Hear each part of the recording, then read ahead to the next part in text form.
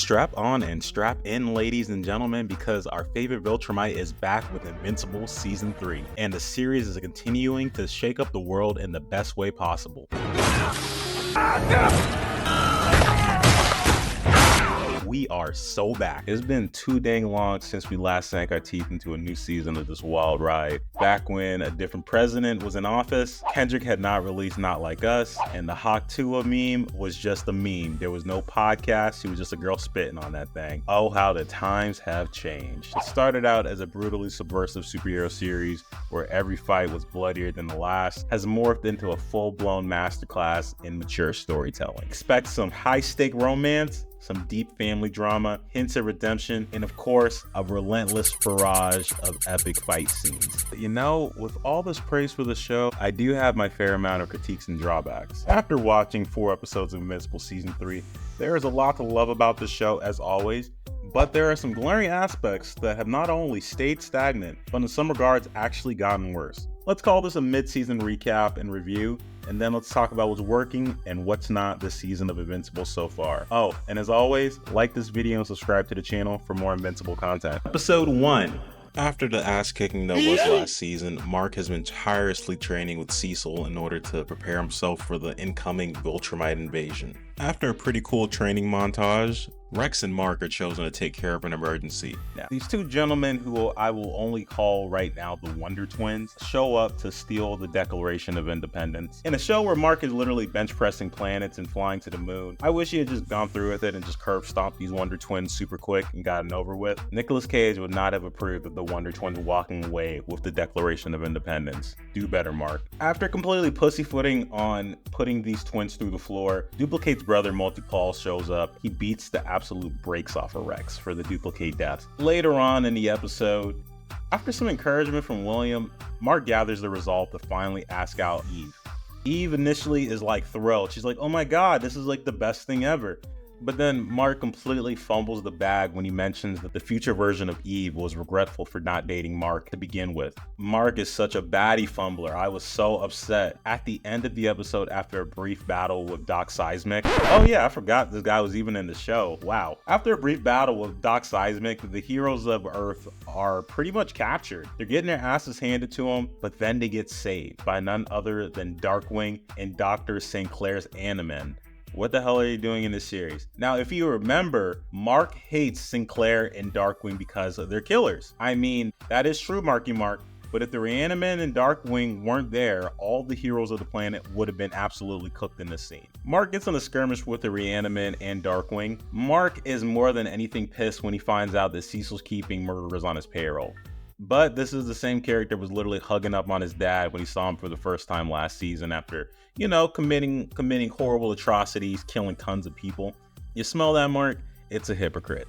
Episode 2. Episode 2, we get a flashback of Cecil's past, and it's really funny to see that Cecil has the same mindset as Mark about working with villains that have been quote-unquote rehabilitated. I felt so bad for Cecil. He literally gets his skin melted off trying to save the city. The events leave him looking like an uncooked chicken nugget from McDonald's. It was so bad, in fact, he had to get a complete skin replacement surgery. Flashback to present day, Mark is beyond pissed. Curb stomping Reanimate, flipping them like pizza, the works. Mark starts to get a little bit too rowdy when confronting Cecil about his shenanigans, but Cecil has literally implanted a chip into Mark's brain in case he starts getting out of line. Mark ducks out of there with the quickness, and he ends up seeking help from the Guardians of the Globe so they can remove the device that's stuck in his head. A brief showdown goes down between the Guardians, but in the aftermath, the Guardians have a coming to Jesus moment when they realize Cecil's doing nothing more than just trying to keep him compliant, keep him shut up, and keep him docile, and they're viewed as nothing more than weapons. So there's that too. With this realization, the Guardians, including Robot, Shrinking Ray, Rex, Monster Girl, and Bulletproof, all decide they're going to cut their losses and they're going to leave the Guardians. Mark and Amber have their first kiss, solidifying their relationship together. Episode 3, Mark gets a new suit. We're done with the yellow. He's only rocking the black and blue now, kind of like what he makes the enemies after he finishes knocking them out. A plot point that was touched on in episode 1 was the fact that Mark Mark's little brother Oliver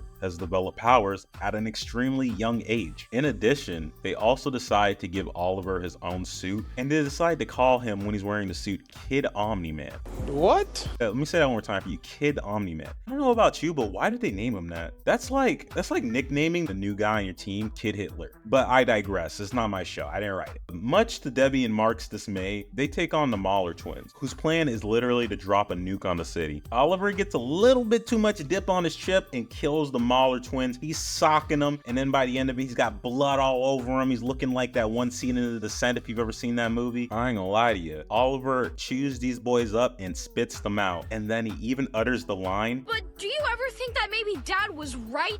What did he say? Oliver is completely heartless, quite literally the King Von of this series. While chewing out Oliver, Mark sees a drone floating outside his window, kind of like Drake in Australia recently. You guys have seen that clip? The drone was actually spying on Mark. Mark crushes it, and it's revealed to us, the audience, the drone was sent by none other than Dr. Angstrom Levy. Episode 4. Mark and Eve are finally sitting down to celebrate their newfound relationship, but they can't get a minute apiece. The Wonder Twins from episode 1, who we now know as Dropkick and Fightmaster, reveal that they need Invincible's help in taking down a world dictator from the future. Mark is initially like, hell nah, but you know Mark, being all heroic and whatnot, decides to go. They take Mark to the future, where it's revealed that Immortal, after Mark left him to protect the Earth, took over control of it and completely lost his mind. In an act of desperation, Mark is forced to kill the Immortal to save the future timeline and himself.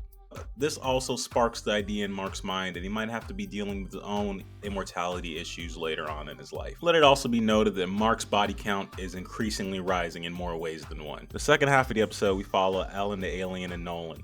Alan initially continues in vain to try to get Nolan to switch over to his side, join the coalition, so they can fight against the Viltrumite invasion that's quickly approaching. Nolan's pretty gung-ho about his execution. He understands the graveness of his treason, and he's more than ready to be executed by these guys who are stealing his whole mustache swag. But after witnessing Alan almost get killed, Nolan has a change of heart. He decides to break out and join the coalition alongside Alan. And also shout out to that boy Battle Beast coming out of nowhere and blessing us with more Black Force energy than I can handle. And with that all being said, let's dive into a few things about this show that I am absolutely loving, and a few things in the show I am absolutely hating. The good, the bad, and the ugly.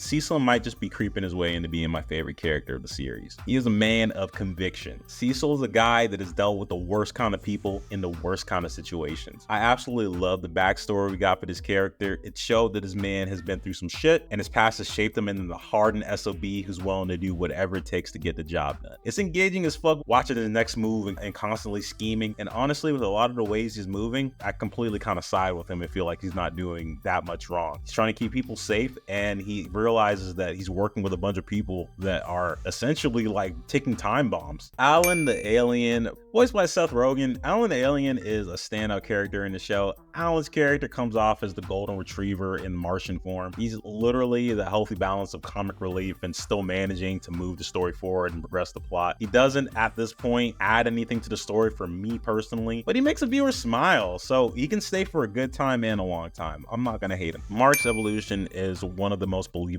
I've seen in comic books or animated fiction. Every decision he makes feels like a natural progression from his past, whether it's his reckless, brash behavior this season or rampaging of violence. After nearly being murdered by his dad in season 1, killing Angstrom in season 2, Mark's over-the-top approach might seem extreme, and the fact that he's not listening. But when you're nearly immortal and godlike strength navigating young adulthood, sometimes you can't handle the BS, I'm sorry. I can't help but watch his transformation from that wide-eyed, bushy-tailed kid in episode 1 when he's learning how to fly into basically this character who's ripping Reanimate in half without a second thought. Oliver's character has so much potential to be a great way to show the duality of gaining these godlike powers, but also there's the ignorance of youth. The way he can side with his father over the entire human race is kind of great in showing that great power plus indifference is a horrible combination. If Mark could have killed the Mahler twins the same way that Oliver did it in a snap, but was holding back, this could be a sign of what's to come when a character like Mark finally says screw it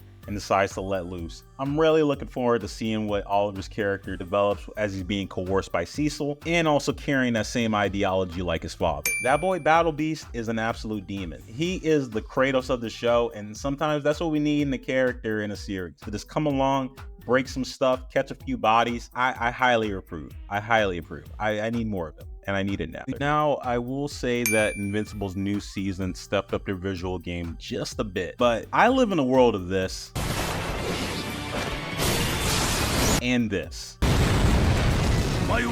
So asking me to water down my taste of something like this can be a little bit jarring. The plot of Invincible is seriously doing the heavy lifting where the animation quality falters. We've all seen those viral videos titled, "If I animated Invincible, if I composited Invincible." I'm not going to pretend to be some kind of expert in animation and visual design, but any fan who's watched a healthy amount of anime will tell you this show looks flatter than 2022 Coil Ray. I kid, I love Coil Ray. But in all seriousness, you think that a mega corporation, multi-billion-dollar company like Amazon would have enough resources to make this show look like gold in every single frame. Castlevania Nocturne is over here dog-walking production standards in America, and we're over here asking Amazon to step up their production game just a little bit. We're over here starving. Please give us better animation and some compositing. Make this shit look like, I don't know, make it look incredible. Invincible has so many elements to love, but I'm getting pretty sick of this dang pacing from season to season. In episode 1 of this season, the biggest threat to the heroes is Doc Seismic. We literally have not seen Doc Seismic in 2 seasons. It's been years. So having him fight against Mark felt kind of contrived, kind of like they're spinning their wheels until a bigger threat or plot thread comes back up. The production of the show makes me kind of scratch my head. Sometimes I even imagine what it would have been like if this show had been 16 episodes instead of 8 per season. And let me ask you viewers, how much more enjoyable would it be watching Invincible week to week for 16 weeks instead of having to remember plot points that happened literally years ago? Even Mark's relationship. Yay, they're a couple. And I still can't find a reason to care. Mark and E's coupling was literally bound to happen. You'd have to be Helen Keller not to see the writing on the wall. From inception to affirmation to finally making it official, it was an easy layup for Mark. I do worry the progression may be a little too quick for my liking. One sec, they're on a swanky date, then they're saying I love you, and then they're clapping cheeks. It's a lot. Maybe too much all at once. The juice may not be worth the squeeze, but I will say that Mark and Eve's relationship is in its infancy, so there's more room to grow. And she is better than Amber. So with all this being said, I really must ask, what has been your favorite episode of Invincible? What has been your favorite aspect of the show? And what has been an aspect of the show you are hating at the moment? It's your boy Spam Folder here. Like this video, subscribe, and as always, you can find me in those comments.